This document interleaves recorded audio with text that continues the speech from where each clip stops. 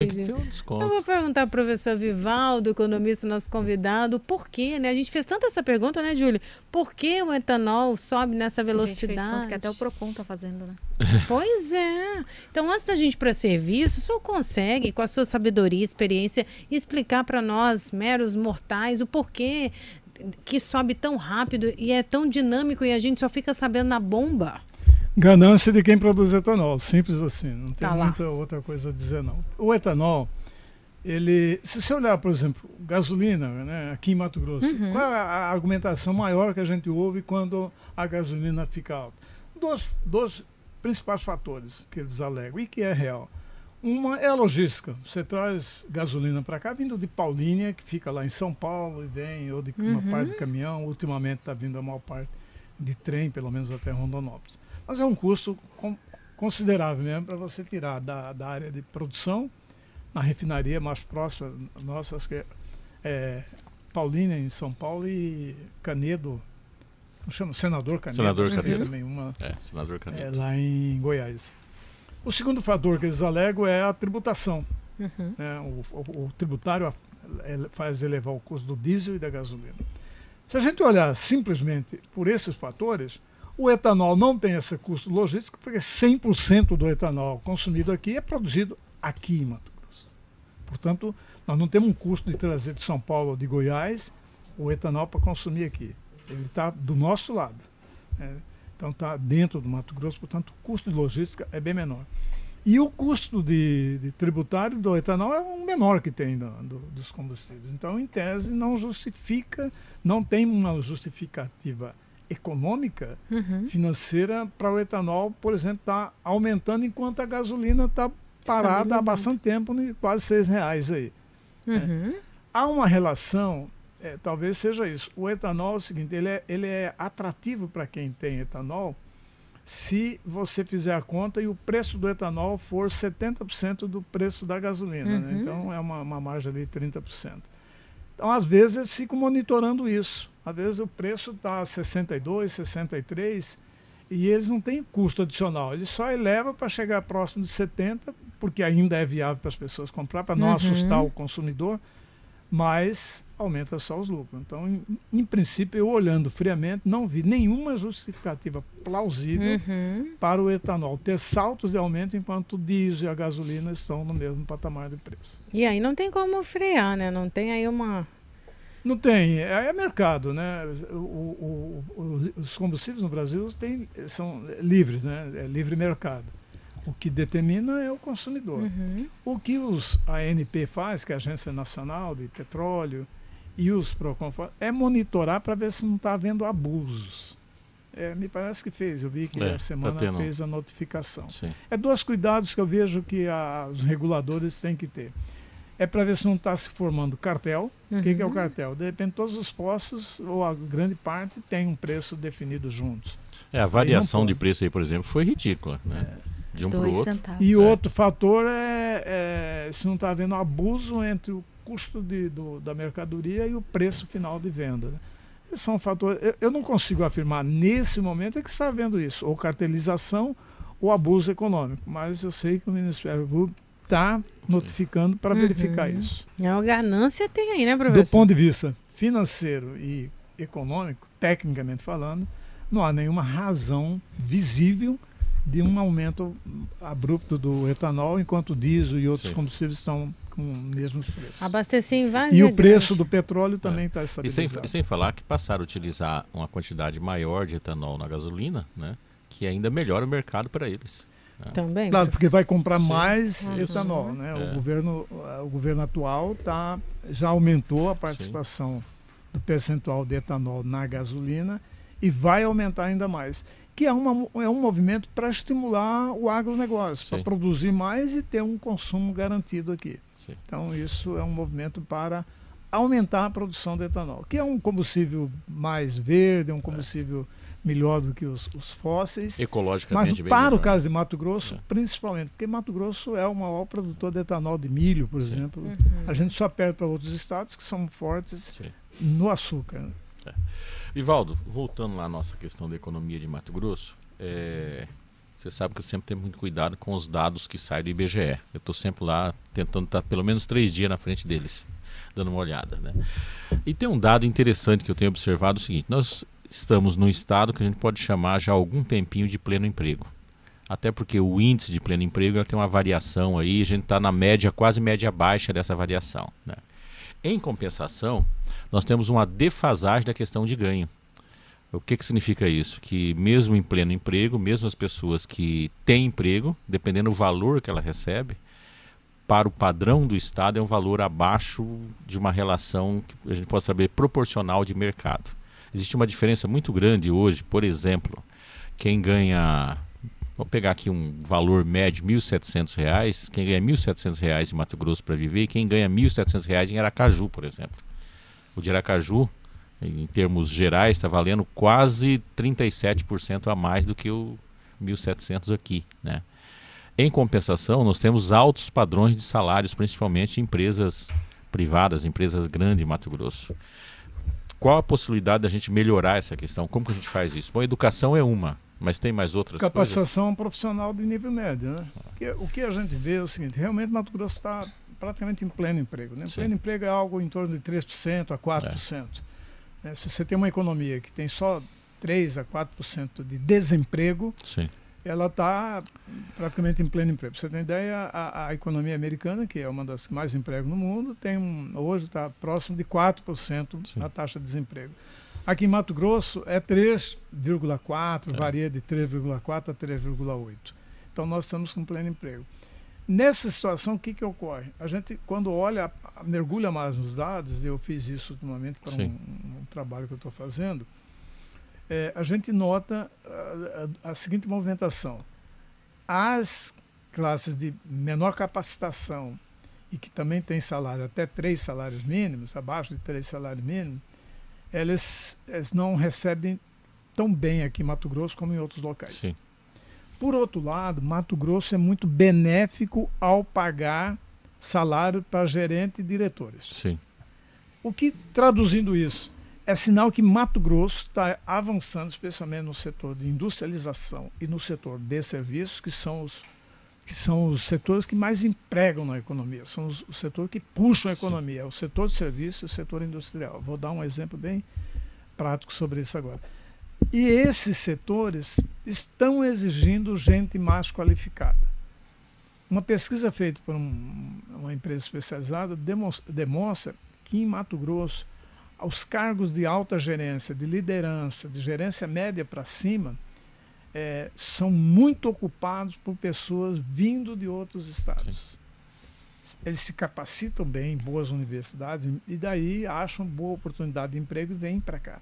Como aqui está precisando, eles oferecem mais para atrair um cara lá de São Paulo ou de uma outra cidade de qualidade de vida melhor do que Lucas, do que Sorriso, para levá-lo para lá. Porque quando ele vem, ele não vem sozinho. Ele vem com a namorada, ele vem com a noiva, ou vem com uma família que tem uma esposa que também quer trabalhar de alto nível, que tem filhos que querem escola de alta qualidade. Então, esse entorno tem que ser movimentado para atrair um alto executivo de São Paulo, de Rio, de Minas ou do Sul para vir para o interior de Mato Grosso. Mas, na média, a gente nota que o nível médio de salário pago para as classes que a gente chama de chão de fábrica são inferiores relativamente quando comparado com os de cargos superiores, quando comparamos com os melhores mercados. O que significa, na prática, reconfirmar. Precisa melhorar o capital humano. E, às vezes, na maior parte das vezes, especialmente para esse tipo de atividade, ele não precisa ter curso universitário ou pós-graduação ou ser mestrado ou doutorado. Para isso, é fundamental ter cursos de nível médio profissionalizantes. Hoje há uma procura, por exemplo, para operadores de máquinas agrícolas. Sim. Porque hoje, para operar uma máquina agrícola, não é como mexer em trator de antigamente. Ele precisa saber mexer com tecnologia. Um tablet, com um joystick, não tem nem volante. Então, ele precisa de uma capacitação. Então, boa parte dos empregos em Mato Grosso exigem que a nossa educação seja voltada para a capacitação técnica profissionalizante até o nível médio. Voltando à questão desse desenvolvimento, aí a gente está aqui montando o perfil de quem vai trabalhar, é a questão da empresa, né? Quando a gente fala de industrialização em Mato Grosso, a gente está vendo aí, houve um aumento até significativo nas plataformas de frigorífico em Mato Grosso, né? Etanol também. Mas a vocação nossa não pode ser só essa, né? Não, e se ficar nisso, a gente pode ficar atrasado em relação ao resto. Eu vou dar 2 exemplos. Como que o setor de comércio, o setor de serviço, Sim. ele é importante para puxar a economia. Sem demérito de nenhum outro. A indústria é alavancadora, Sim. ela é impulsionadora, ela emprega bem, ela tem mais empregos formais. A agropecuária emprega menos, ela tem uma participação relativa Sim. no PIB menor, mas ela impulsiona os outros setores. Porque para você produzir 1 tonelada de soja, você contrata no último cálculo que eu fiz, a cadeia toda do agro Sim. dá 32 atividades. Você produzir 1 tonelada de soja, Sim. você movimenta 32 atividades econômicas. Dessas 32, só 7 que não são de serviço. Você Sim. contrata internet, contrata comunicação, você contrata energia, você contrata a empresa para transportar e por aí vai. Então ela impulsiona, ela em si não gera tanto. Sim. Mas, De forma só indireta. indireta Vai. impulsiona. Mas o setor de serviço é o maior empregador. No PIB nacional, o setor de serviço participa com 60% do Sim. PIB. Tem ano que chega a 72%. Vou dar um exemplo. A maior empresa do agro de Mato Grosso é o Grupo Amage, Sim. que somando todas as empresas, ela emprega 9.000 pessoas. Sim. 9.000 pessoas. Se a gente pegar o Comper, que é um grupo local, um grupo que nasceu aqui em Campo Grande, em Mato Grosso do Sul, que é um de comércio, Sim. atacadista e varejo, e que é entre os atacadistas e varejo do Brasil, ele fica aí entre os 5 maiores, Sim. perde para o Açaí, perde para o Atacadão, alguns outros, mas ele está bem posicionado. Sim. O grupo Comper, que é o grupo Pereira, sozinho emprega 19.000 pessoas. Sim. E ele não tem, para Mato Grosso, o mesmo tamanho que tem o Grupo Amage, por exemplo.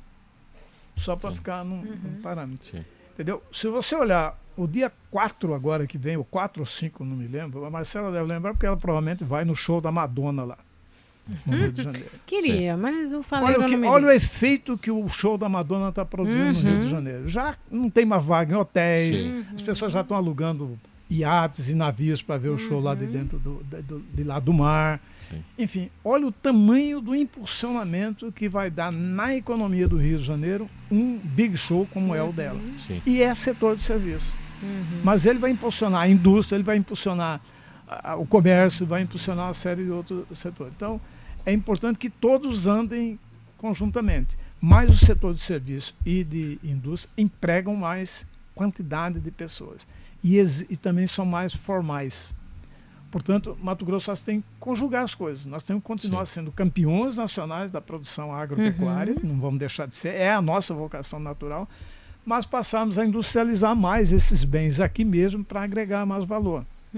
E também manter o nosso crescimento mais longo prazo. Sim. Professor, você me permite um questionamento? Um tempo atrás a gente trouxe aqui uma equipe que faria um workshop, inclusive, aproximando os profissionais, as outras profissões do agro, né? Ensinando essas formas de conexão que muitas vezes parece distante. O senhor também vê como um ponto positivo, né? Fazendo toda essa análise, que sejam os advogados, todos os serviços que estão de alguma forma conectados, compreendam um pouco mais sobre o agro, ganharíamos todo essa conexão, essa ampliação dos outros ofícios, que o senhor disse aí, né? Só nessa conta tinham 32 atividades vinculadas. O senhor acha que existe mesmo? O senhor consegue avaliar se existe esse distanciamento e se um cenário propício de uma evolução também há essa iniciativa de aproximação? Eu não vejo tanto não, mas é uma necessidade. Eu diria que essa integração do agro com os demais setores, com a sociedade onde ele está e a comunidade onde eles ganham muito dinheiro, é uma questão de sobrevivência. Não é nem questão de fraternidade, de sororidade. De crescimento. É questão de sobrevivência. Nenhum setor sobrevive sem integrar os demais. Não adianta ter soberba num ou no outro, porque está bem naquele momento. É preciso essa. Então, o agro precisa fazer essa integração, mas não com o objetivo só de melhorar a sua imagem. Porque o agro também é muito atacado, né? De vez em quando a gente vê os ambientalistas atacando, outra hora a gente da área urbana atacando. Porque acumula muita riqueza, acumula capital, cria ciumeira, dá dor de cotovelo, acho que ele tem não um discurso bem. ácido também, né? E tem também um discurso meio defensivo, né? O agro tem um discurso sempre... Eu sempre vejo, a França não pode falar nada de nós porque já desmatou lá. Porque eles desmataram lá, nós vamos repetir o erro aqui, não. É preciso a gente... É possível fazer hoje sem cometer os erros que a Inglaterra, a França, a Alemanha e os Estados Unidos já cometeram. Então, essa integração é fundamental. Eu vou dar alguns exemplos. Se o senhor andar 100 anos para trás, a gente tinha os barões da borracha, por exemplo, aqui em Mato Grosso, os barões da borracha em Manaus, em Belém. E eles meio que fecharam em si. De repente, acabou o ciclo da borracha. E eles viraram seres comuns. Porque o mundo virou e não precisava mais da borracha, porque outros países passaram a produzir tanto quanto. Você andar um pouco para trás, lá em São Paulo, havia também os barões do café, em Minas, em São Paulo. E eles afundaram, porque o café perdeu a referência mundial. Do açúcar no Nordeste? Só que eles açúcar no Nordeste. Só que eles perceberam antes, migraram para a industrialização. Os antigos barões do café, de Minas e de São Paulo, viraram os barões da indústria, Matarazzo, por exemplo, e viraram os barões dos bancos. Se você olhar a origem do Bradesco, que era um banco rural de Minas. Se olhar o Itaú, eles são bancos que foram originados dos barões da pecuária e do café. Quando perceberam que não se sustentariam sozinhos, eles passaram a investir na indústria, no mercado financeiro e no setor de serviços. Então, eu vejo essa aproximação do agro com as cidades. E eu estou falando de cidades grandes, como Cuiabá, Rondonópolis, Várzea Grande, mas as pequenas cidades onde eles estão inseridos também.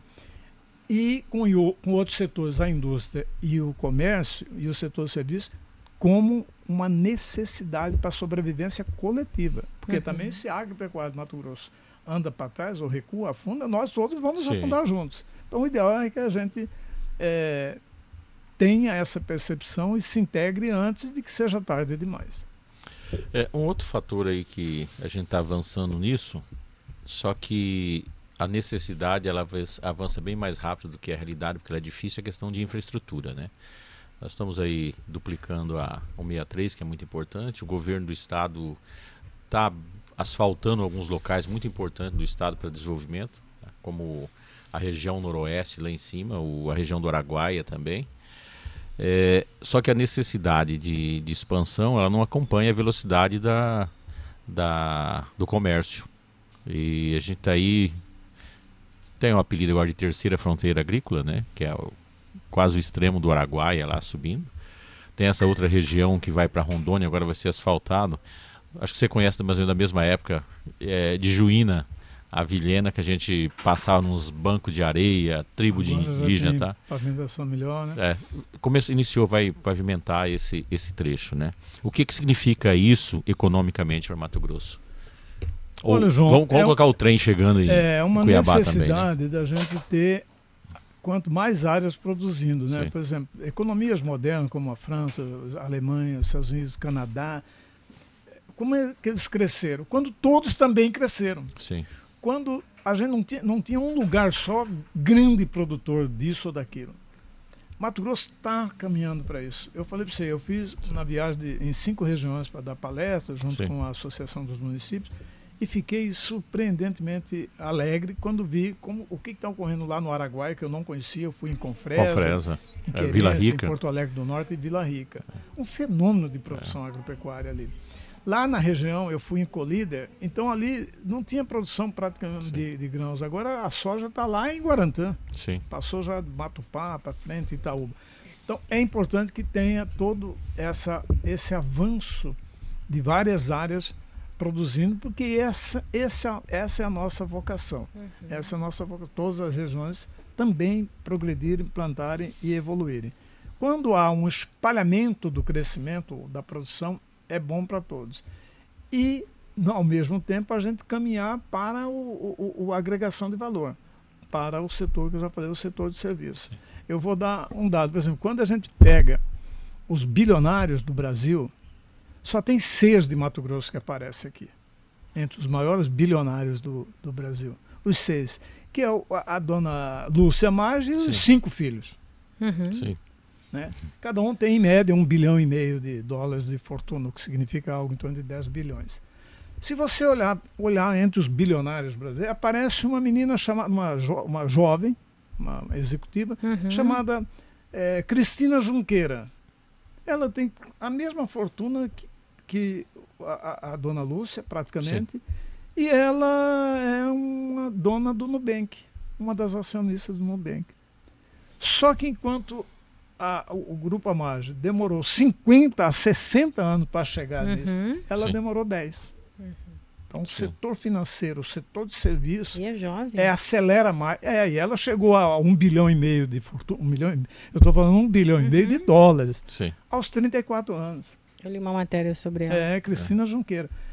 Sem falar em outros, né? Tem alguns que herdam muito e tal, mas eu estou falando só de um caso porque a gente costuma falar, tem muito self-made man, né? Aquele homem, sim, feito por si próprio, né? Sim. Ela não é um self-made man, ela é uma self-made woman, né? Ela se fez sozinha, é uma técnica que saiu da área de tecnologia e era operadora do Itaú, de outros bancos, de repente virou sócia do Nubank e hoje é uma das mulheres que tem a maior fortuna no país.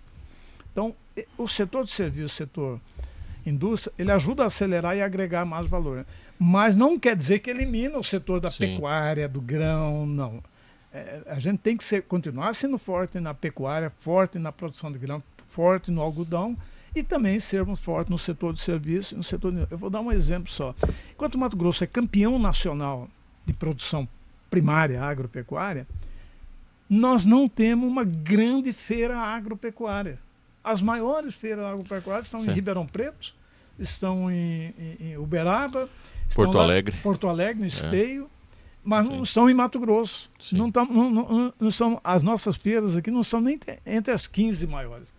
É um setor que ainda pode ser explorado. A gente também pode ter a maior feira agropecuária do Brasil, porque nós temos todas as condições para isso. Isso é interessante você estar falando, porque São Paulo, por exemplo, eles organizam essa questão. Lá tem o ciclo de rodeio que gera muito dinheiro, né? Tem a região ali da Grande Campinas. Não está em Americana, não está em Campinas, está lá em Jaguariúna, está lá em Barretos. Barretos, para cá. Né? Eu sei que lá tem Barretos e Ribeirão Preto que tem feiras. E Jaguariúna também. Jaguariúna se fosse aqui em Mato Grosso, dizia Alto Paraguai. Pequenininho. Né? Mas movimenta toda a economia da Valente, né? Valente. Como a turma do Alto Paraguai, né? Falar em Alto Paraguai, tem mensagem aqui para o senhor, lembrando inclusive da família toda. Boa tarde, Marcela, equipe CBN. Gostaria de parabenizar a pauta de hoje. Estamos tendo uma aula com o professor e grande economista Vivaldo Lopes, nascido na República de Alto Paraguai. Sou amigo da família Lopes, formada por pessoas talentosas e queridas. Abraço a todos. É por isso que somos ouvintes cativos desse maravilhoso programa. Quem conversa conosco é Marcian Campos. Um amigo querido, que não é do Alto Paraguai. Marcian é um vizinho nosso aqui de Cuiabá, mas ficou querido junto com a família, porque ele acompanhou toda a trajetória da família Lopes quando chegou e nós moramos vizinho da casa dos pais dele. Ele era um menininho pequenininho, agora já é um executivo de sucesso, um empresário. Tá aqui na Obrigado, Marciano, muito querido. Eu só esqueci de dizer que é da República Independente e Soberana do Alto Paraguai. Olha isso, soberana. Júlio César também está dizendo, boa tarde, sempre bom escutar o professor Vivaldo. Professor, essa questão do etanol me intriga, pois quando a gasolina sobe, o etanol sobe junto. E essa questão dos 70% é como o senhor disse, ganância mesmo, pois só para manter a margem, pois os dois não sobem juntos. Júlio César está aqui nos acompanhando. É uma observação correta. Ele falou em algumas frases o que eu falei mais detalhado. Às vezes, quando a gasolina sobe, ele sobe o etanol para ficar nessa proporção de 100. É só para aumentar o lucro mesmo. Tem também aqui a mensagem do Douglas, que está sempre conosco, acompanhando, parabenizando e está dizendo, professor, um exemplo disso também seria o algodão, essa industrialização. Também sempre fico pensando, outro dia ouvi o prefeito de Campo Verde falar a respeito, seria um ponto importante também, professor? Eu acabei não citando, mas nós somos campeões brasileiros de produção de algodão, mas não temos nenhuma fábrica de têxtil aqui, não tem uma fábrica de tecidos. Caberia já. Já chegamos a ter, né? Tivemos duas até. Tivemos aqui no Distrito Industrial. de Cuiabá, e tivemos uma em Santana, lá em Rondonópolis, mas fecharam as duas. É um assunto que os dirigentes, tanto empresariais quanto governamentais, precisam olhar com cuidado. A gente não pode ficar mandando algodão para a China e comprando camisas de algodão da China de volta. E mesmo aqui no Brasil, ela faz um percurso maluco, o nosso algodão, né? Vai para Santa Catarina, vai para Joinville, vai para lá, e aí vai para Petrolina. E aí a gente compra os tecidos deles, as camisas deles de volta. Fica viajando por aí e volta para cá. A Fiente teve com uma comissão, uma comitiva, na verdade, na sexta-feira, visitando a fábrica da Santista. Que é uma das maiores do Brasil. Isso. Uma boa iniciativa. De repente a Santista vem para Mato Grosso. Que é para viabilizar uma parceria aqui para Mato Grosso. Prospectar a instalação de indústria do setor têxtil. O Grupo Santista é um dos maiores grupos têxteis do Brasil. Tem alguns setores, que, sabe, Marcela, que ainda tem espaço para crescer. Vamos falar do algodão. O biodiesel cresceu bem, a gente fala do etanol, mas tem um biodiesel, né, que é o óleo de soja que vai para o combustível. Que também o governo atual está aumentando a participação do biodiesel no diesel, justamente para estimular a produção de soja, principalmente milho. Mas também, João, tem a celulose. Sim. Mato Grosso tem todas as condições de ser um grande produtor de celulose a partir do eucalipto, mas estamos perdendo a vez para Campo Grande, para Mato Grosso do Sul. Mato Grosso hoje tem os 6 maiores fábricas de etanol, de celulose do Brasil, estão lá em Dourados, Maracaju, Ribas do Rio Pardo, Três Lagoas. Três Lagoas, Dourado, Ribas do Rio Pardo e Maracaju. Isso. Um fenômeno, tanto é que o PIB do Mato Grosso, que estava bem atrasado em relação ao do Mato Grosso, já está aproximando perigosamente do nosso PIB. E Ribas do Rio Pardo, Mato Grosso do Sul, eu conheço desde a origem, era um município mais ou menos do tamanho do distrito da Guia. E agora explodiu. É uma cidade pequena, muito tanto pequena. É que hoje o maior projeto de celulose do Brasil, do Grupo Suzano, que é o maior do Brasil, está sendo instalado em Ribas do Rio Pardo. Sabe qual é o problema que eles estão tendo? Mão de obra. Eles estão tendo que trazer mão de obra do mundo inteiro, do Brasil inteiro. Infraestrutura, porque eles não têm. Do mundo inteiro, porque estão trazendo da Venezuela para a fábrica lá de Ribas do Rio Pardo. E mais, estão tendo que criar infraestrutura na cidade para criar casa para as pessoas morarem. Estão construindo o número de funcionários da empresa é maior que a população. É maior que a população. Você vê o fenômeno que há a industrialização. Então eles estão tendo que construir casas, bairros, cidades para os trabalhadores, hospitais, escola, uma série de coisas para a fábrica poder funcionar bem. Verdade. Professor Vivaldo, caminhamos para a reta final agradecendo a sua participação, mas antes eu preciso perguntar que o repórter já chamou, vamos fazer o seguinte, vai para o repórter, na volta reta final, se faltou algum ponto importante o senhor destaca, é uma pausa estratégica, não saia daí que a gente volta logo. Tá, 15h39, terça-feira, 16 de abril de 2024, uma terça-feira chuvosa e de muito conhecimento aqui nas tardes da CBN Cuiabá. É sempre uma honra receber o professor Vivaldo Lopes, economista. Professor, antes de partir para as considerações finais, eu vou colocar uma mensagem aqui que chegou para o senhor, também para o professor João Edson. Deixa eu só abrir o nome aqui. Romes Matos, ele está indo para a chácara, está ouvindo a CBN Cuiabá e mandou uma mensagem. Deixa eu compartilhar com vocês. Boa tarde, Marcela. Parabéns aí, esse pessoal é só inteligente, professor Edson, professor Vivaldo, só fera aí, viu? Parabéns pra eles, Maria. Aí entende, hein? Beleza? Tô ouvindo rádio aqui, tô indo pra chácara. Inteligência é isso aí, meu irmão. Falou tudo sobre o mercado. Tá obrigado. Obrigado, né? A sorte é minha, que eu estou aqui todo dia com essa turma.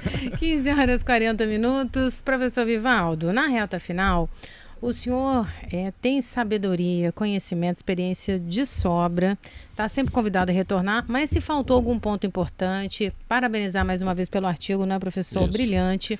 Fique à vontade para que a gente consiga entregar ainda mais conhecimento, que o senhor possa complementar também aí a linha de raciocínio, porque tem muita gente que está sintonizada, conectada e aprendendo com o senhor sobre o mercado financeiro.